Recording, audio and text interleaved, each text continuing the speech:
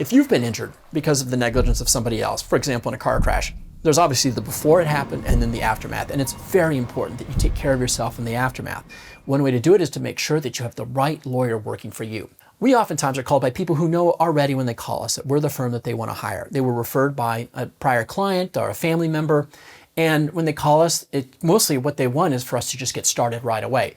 Occasionally, my firm gets called from people who are trying to decide which law firm to hire. They are shopping around. And one of the things that they'll ask us is, why should I hire your firm? Well, in this video, I'm not really going to talk about why you should hire my firm. I want to talk about what you as a client should be looking for when you are looking at any law firm. Why should you hire that law firm? And if you are trying to decide, among 3 or more law firms, or maybe it's just between 2 law firms, the 3 things that you should be looking for as you try to make that determination. Number 1, where is the law firm located? Typically, you'll want a lawyer who is fairly close by. But if they're far away, how easy is it for them to get to you if you're in the hospital, if you need somebody to come to your home? Also, if you need to come into their office to drop off documents or things that are sensitive and confidential that you don't want to send in the mail, you want somebody who's pretty close by.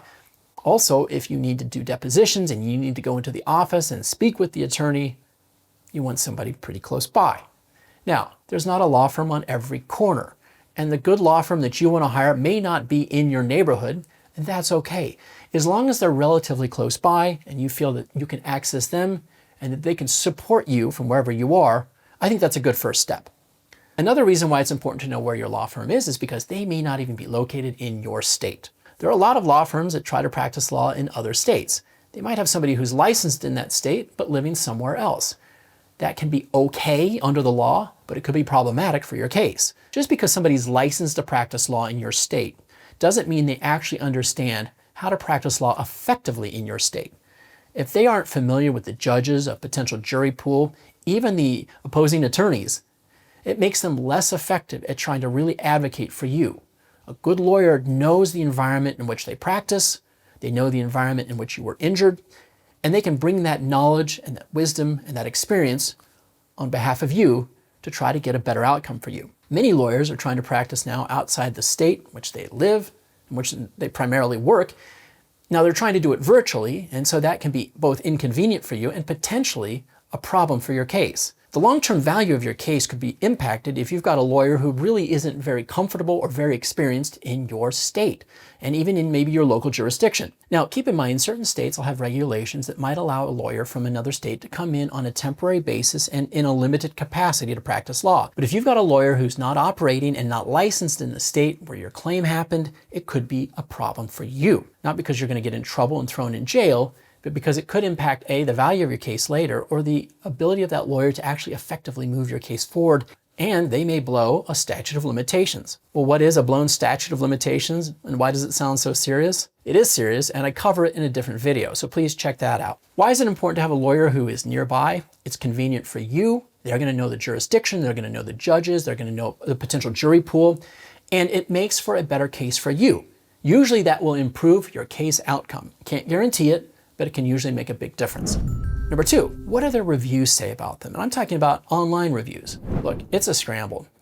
Everybody's checking reviews now. When you go online to order something, to buy something, typically you're checking the reviews before you buy it to make sure that other people agree that it's a good product. And it's the same with a service. If you're going to a service provider, such as a doctor or a lawyer, you're oftentimes checking reviews. Look at those reviews critically. Do those reviews look human generated? I mean this is a real issue. A lot of people out there, lawyers included, who use artificial intelligence or these bots to try to generate favorable reviews. You want a lawyer that's got real reviews, so check to make sure. Are they all 5-star reviews? Hey, that's fantastic. That lawyer might truly be a 5-star lawyer. Are some of those fake? There's a chance.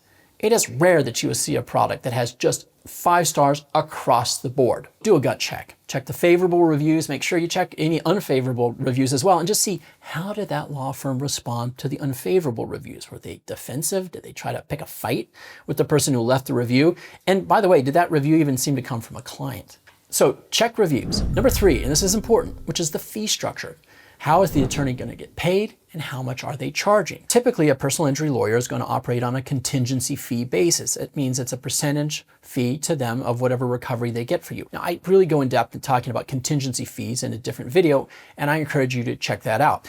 But if you're trying to decide among multiple law firms, you want to understand what is the fee that they're charging for the type of case that you have. The fee helps them to pay for the time and the effort to put the right legal team on their case.